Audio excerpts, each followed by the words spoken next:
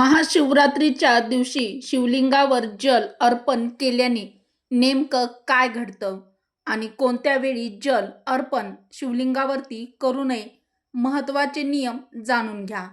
श्री गणेशाय नमः. नमस्कार मित्रांनो, श्री स्वामी समर्थ. हर हर महादेव. मित्रांनो, तुम्ही कधी विचार केलाय का, शिवलिंगावर साधं पाणी अर्पण केल्याने इतके मोठे चमत्कार कसे घडतात? हे केवळ श्रद्धा आहे की यामागे शास्त्र, पुराण आणि विज्ञानही दडलं आहे?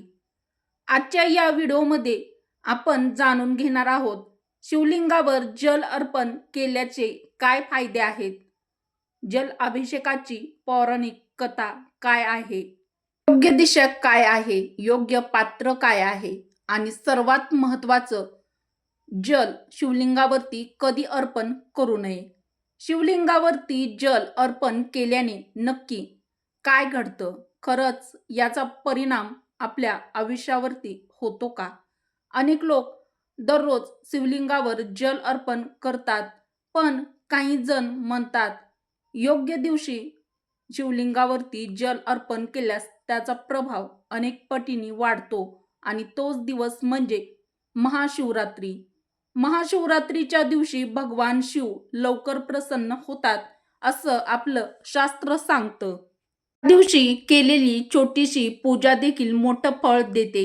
पण प्रश्न असा आहे, महाशिवरात्रीच्या दिवशी शिवलिंगावरती जल अर्पण केल्याने नक्की काय बदल घडतात?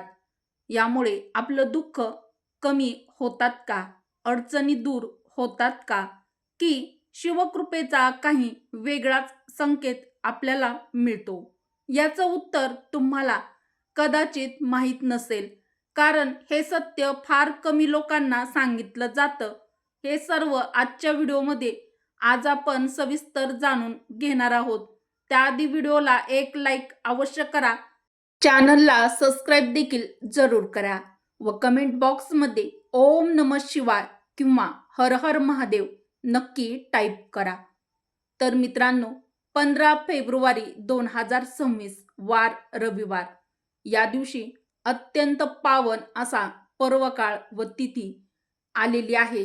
तर ती म्हणजे आपल्या सर्व शिवभक्तांची आवडती महाशिवरात्री. तर ही महाशिवरात्री तिथी आलेली आहे. तर महाशिवरात्रीच्या दिवशी शिवलिंगावर जल अर्पण केल्याने तुमच्या कुंडलीतील सर्व दोष दूर होतात. तुमच्यातील ते सर्व दोष दूर होऊ लागतात. शिवलिंगावरती जल अर्पण केल्याने धनप्राप्ती होते. 7 पिढ्याचं दारिद्र्य दूर होतं.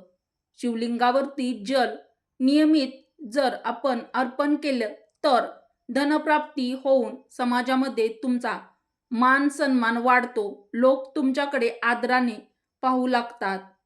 सोन्याच्या शिवलिंगाला जल अर्पण केल्यास तुमचे सर्व त्रास, दुःख दूर होतात आणि तुम्हाला जीवनामध्ये शांती मिळते.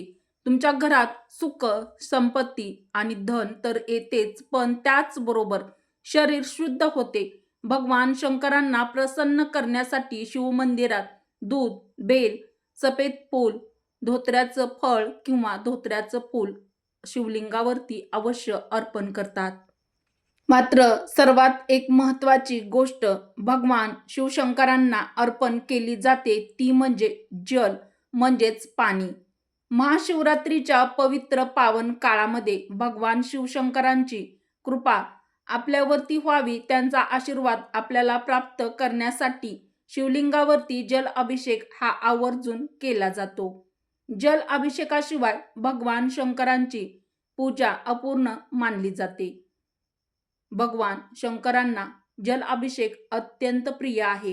हे अभिषेक केल्याने आपल्या सर्व मनोकामना पूर्ण होतात, तसेच घरात सुख समृद्धीचा वावर होतो.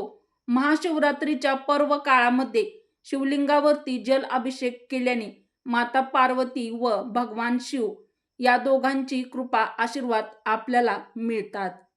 महाशिवरात्रीच्या या पावन पर्व काळामध्ये आपल्या हिंदू धर्मातील धर्मग्रंथानुसार शिवपिंडीवर जल अभिषेक केल्याने अनेक लाभ होतात. सर्व प्रकारच्या मनोकामना देखील यामुळे पूर्ण होतात.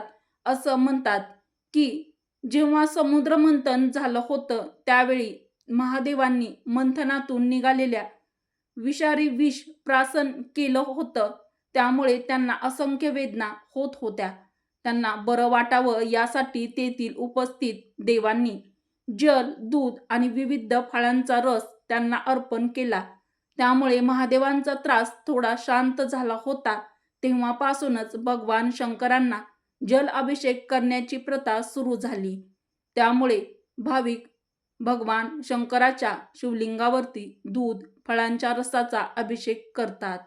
मात्र जल अभिषेक महादेवांना अतिशय प्रिय आहे.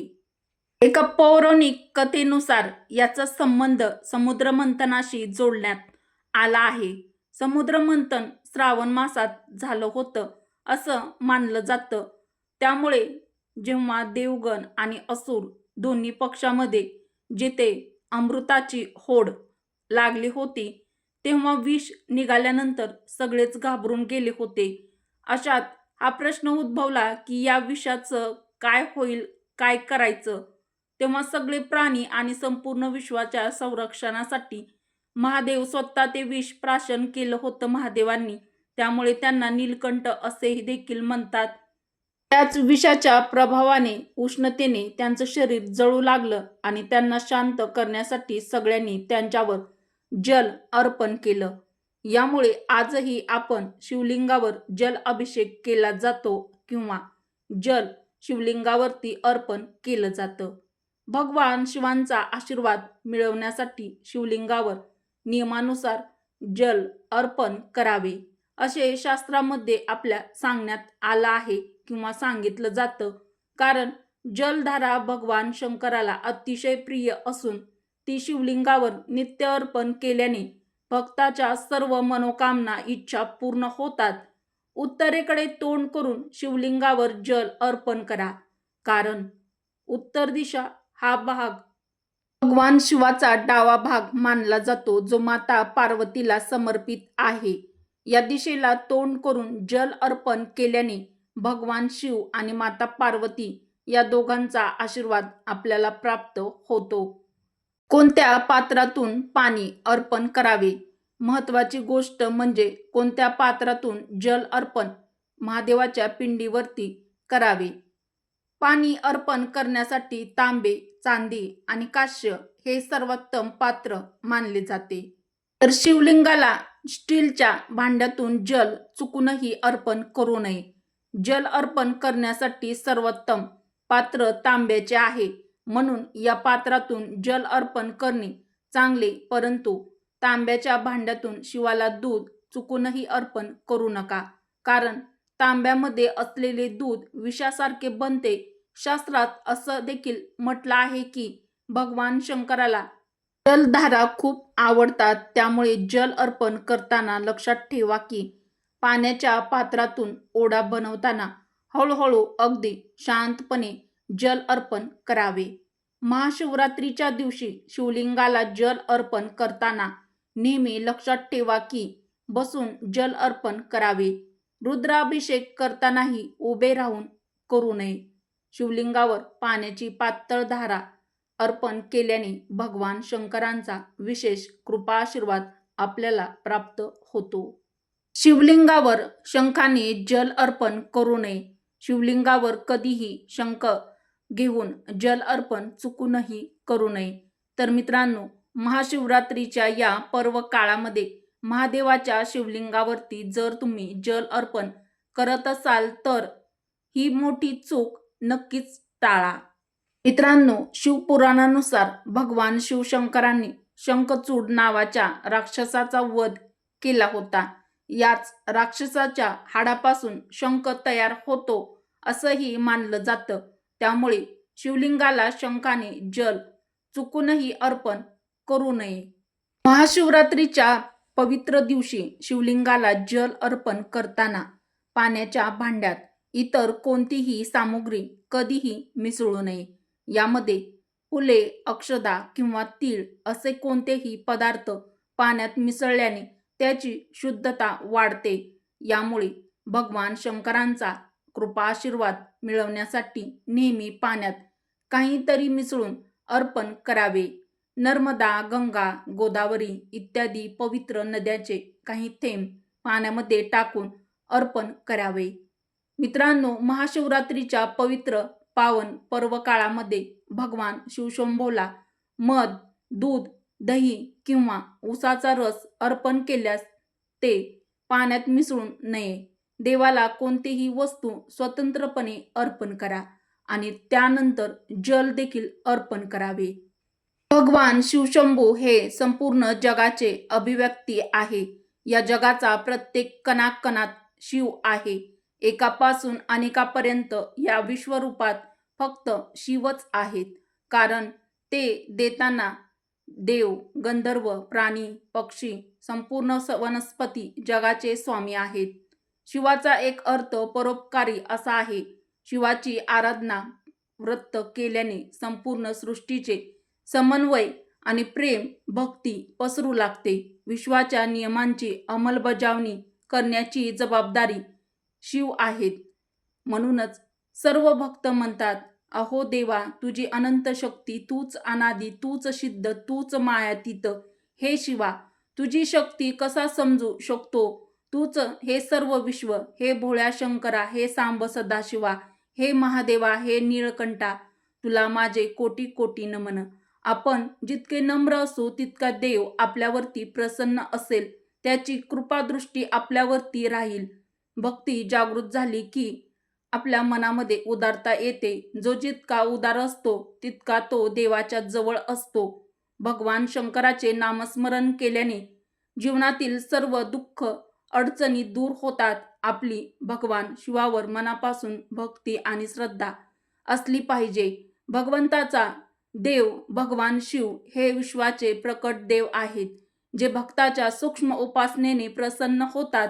शिवाचे नाम घेतल्याने सर्व जीवनातील दुःख, संकट, अडचणी दूर होतात. महाशिवरात्रीच्या पवित्र पावन पर्व काळामध्ये शिवलिंगावर जल कधी अर्पण करू नये. आपल्या हिंदू धार्मिक शास्त्रानुसार भगवान महादेवांचा आशीर्वाद मिळवण्यासाठी शिवलिंगावर जल अर्पण केलं जातं. त्यामुळे भगवान शिवशंभू प्रसन्न होतात, आपल्याला कृपा आशीर्वाद देतात. शिवलिंगावर जल आणि बेलपत्र अर्पण करण्यासाठी सुद्धा काही नियम सांगण्यात आले आहेत. जल आणि बेलपत्र हे महादेवाला अत्यंत प्रिय आहे. धार्मिक शास्त्रानुसार शिवलिंगावर पहाटे 5 ते 11 या वेळेत जल अर्पण करणे खूप शुभ मानलं जातं. परंतु मित्रांनो, शिवलिंगाची सजावट करून, शिवलिंग सुशोभित करून त्यानंतर शिवलिंगावरती जल अर्पण करणे हे पूर्णपणे निषिद्ध म्हणजेच वर्ज्य मानलं जातं.